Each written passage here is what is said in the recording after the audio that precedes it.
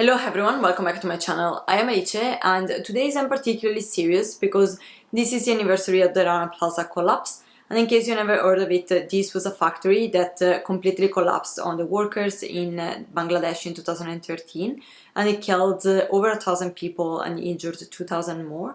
And this is why the Fashion Revolution Week is happening this week, and this is a week of in general to sensitize people around all the problems related to fast fashion and sweatshops, but also to try and call out companies and holding them accountable for the treatment of their workers.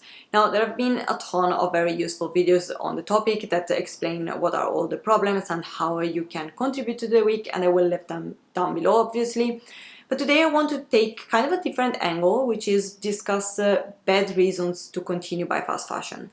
And the reason why I want to do that is that I notice that every time someone is trying to push for boycotting fast fashion, people come forward and try to find like excuses to explain why buying fast fashion is still good and necessary. So because I really think that these are not good reasons at all, I think it's quite important to start discussing them. So starting with the most common, that is, a lot of people cannot afford anything else but fast fashion because sustainable fashion is so expensive. Now, this is actually a tricky one because for a lot of people this is true, and to be fair, this is not necessarily a money problem. A lot of people can't access anything else than fast fashion for different reasons. Now, I know that to the point that I made a full video on how you can make better choices even inside fast fashion if you have to buy there. The problem though is that every single time someone used this excuse with me was always someone who could have very easily bought somewhere else than fast fashion. It just didn't want to because, let's be honest, fast fashion is cheap and is convenient. That's about it. What really annoys me about that if you do that, that means that you're using someone else's real problem to justify your own bad habits. Yes, there are people that cannot buy outside fast fashion and they are justified to do so.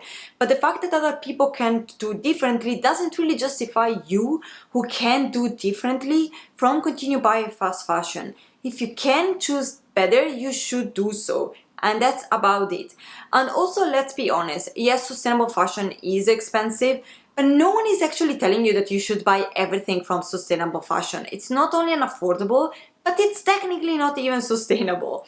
Well, the suggestion is normally to really buy less, continue using what you already have, maybe swaps with friends, use hand-me-downs, buy second-hand, and then in case, if you can, buy from sustainable fashions. If you really want to be pedantic about it, that's actually cheaper than fast fashion itself, so it's not really a good excuse. Number two could be summarized in poor people deserve trends too. Now, that sounds ridiculous, but the point here is that if you really love fashion and trends, but you can't afford sustainable fashion, then you're kind of obliged to go to fast fashion because it's very, very difficult to find trendy items in second-hand shops. Now, I can actually partially relate to this because I've always been absolutely obsessed with clothes and fashion when I was a child, even more than now. And we simply didn't have a lot of money, and with a lot I mean we barely had any, but we had the luck of having older cousins and friends who could pass clothes down to us. So of course my mom was not buying new clothes when we didn't need to because money were needed elsewhere. And the result was that I was always having a lot of outdated clothes, and not only clothes. And that was not only like painful on a personal level, but I was picked on a lot in school because of that. I was laughed at a lot because I was always the one that had out of trends things in general. But even with that in mind, I still don't think that this is a good excuse, because I'm very sorry to tell you, but Kirsten Leo is absolutely right. Our need for trendy clothes is not more important than someone else having enough money to be able to survive. Because this is what is on the line with sweatshops. We are talking people that don't have enough money to support themselves or their family. We are talking people that work ridiculously long hours in factories that are absolutely not safe, in which accidents are constantly happening. And yes, maybe they are not as grave as Rana Plaza, thank God, but still, that shouldn't happen. People shouldn't die on the workplace because the factory is unsafe, because most often than not, those buildings are not even meant to be factories. People are constantly harassed and raped.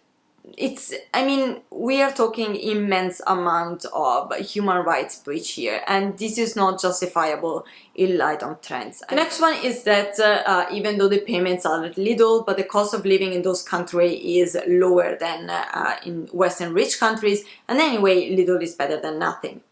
Now, yes, cost of living is lower, but when you calculate minimum wage, you of course consider the country. So it's still not enough to be able to survive in those countries. So this is simply a non-existing argument.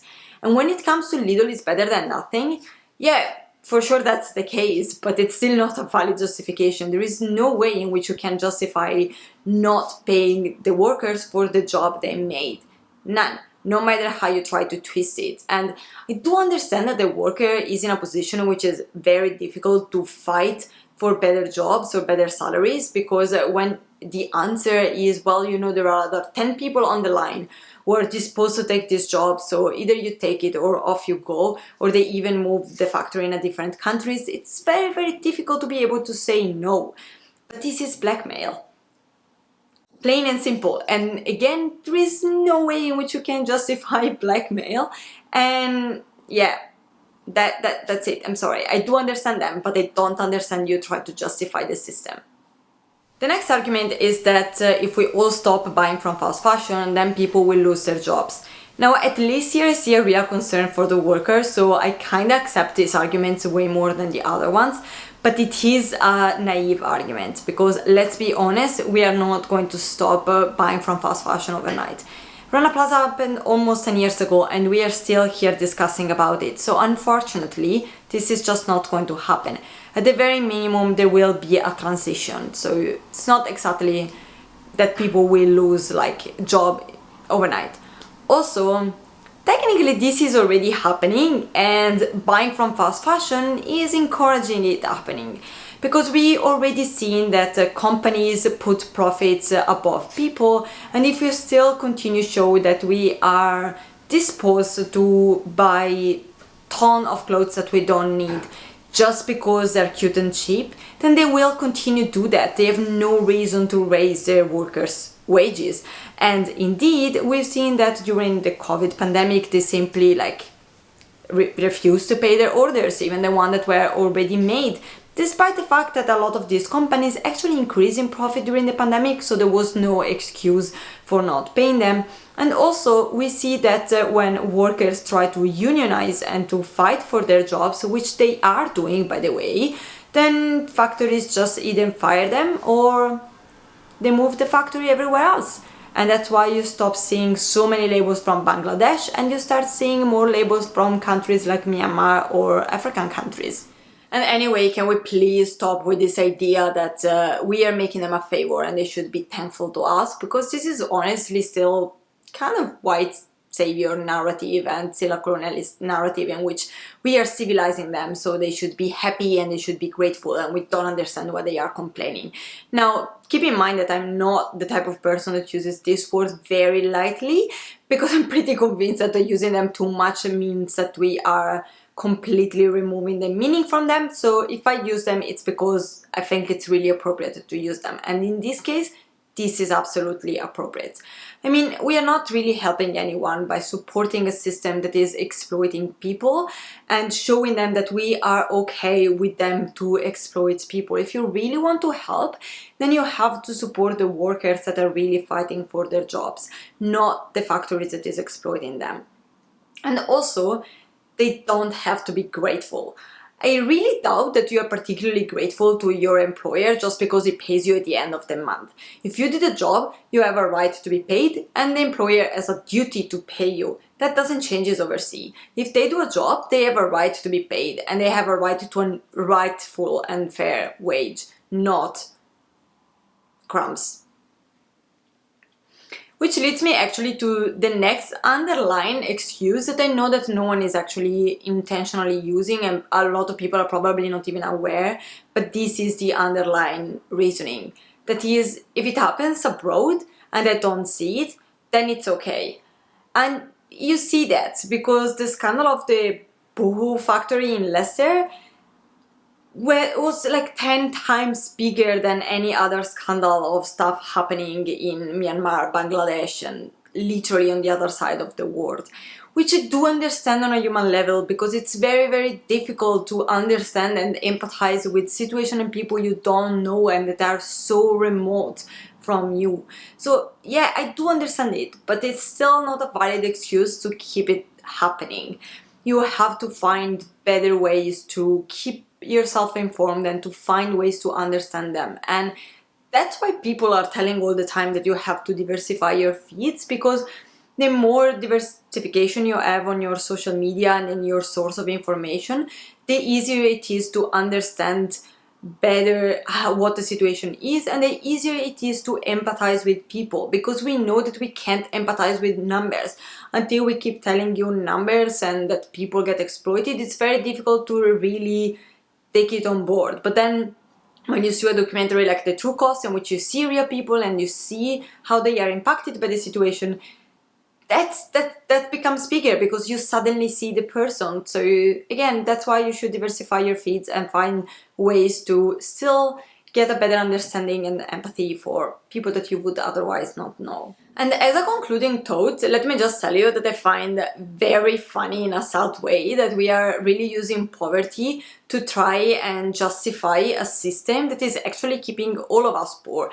And that doesn't go only for the workers overseas, but it actually also works for us here. Because fast fashion relies on quantity, and that doesn't go only for poor quality items that you have to swap quite fastly, but that's also why trends are so important. They make trends go in and out so fast that you will have to buy a ton of clothes if you want to keep up. That's inevitable. And in fact, we see that people tend to think that after a couple of times a garment is already old and they just discard it. And we know that the average American spend around $1,700 on clothes every year. I honestly doubt that all those clothes are really that necessary for you, and that means that we are spending a lot of money that we could actually invest in sustainable fashion, for example, or simply in things that can matter to us much more than fashion. That depend on you what it is. The point is, constantly spending so much on garments we don't need is not actually making us a favor, and that's possibly what's keeping you continue buy fast fashion. That was it for today. If you ever use one of these excuses, it's okay. I actually do understand it on a human level. I myself use them multiple times before someone gave me a cold shower and really make me understand that that was not okay. So it is fine. The important is that we start learning from our mistake and improving on them. And again, if you really are in a situation in which you absolutely need to buy from fast fashion, that's also fine. There are plenty of other ways in which you can help for free. As always, thank you so much for watching. If you enjoyed this video, remember to like, subscribe, and until next time, bye.